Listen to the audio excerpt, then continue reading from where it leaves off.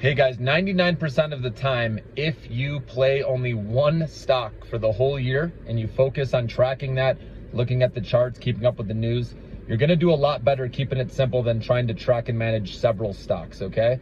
Obviously, right, jumping back and forth, more information, right, to process and to look at is harder. So that's what I've realized over time when I am a good day trader is I focus on one, and you don't have to trade every day. That's the thing, you focus on one and maybe you see big selling volume come in. And again, if you short stocks, and you can always get in and do that. I don't short stocks, as you know. So for me personally, if I see a big red selling volume bar come in, then it's like, okay, I'm not going to do anything. I'm going to wait until that selling volume starts to exhaust itself or get lower.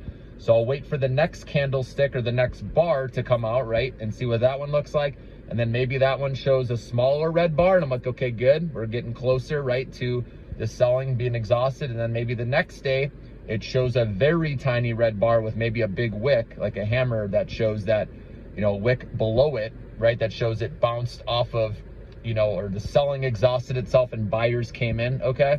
So that's why it's important to understand candlesticks, right, if you're a day trader, because that will really help you, okay, decide whether it's time to get in or not, okay? So then once you see that little small red bar with a big wick underneath it, again, showing price rejection from below, again, where buyers came in, all right? That would be a better time to enter a higher risk reward or better reward setup. But you can always wait for another bar to come out and make sure you see a green bar come out before you get in, okay? But that's your call if you want to be aggressive and get in a little early, or wait for some momentum first, okay?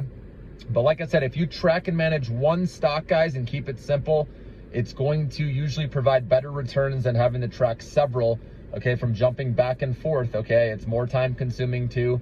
And you can, you know, while you're focusing on one could be, you know, you're not on. Obviously, you have to have stop losses in, right, if you're going to play several stocks. I'm not saying you can't be successful doing several, but I'll tell you in my experience, when you focus on one, better things happen with trading.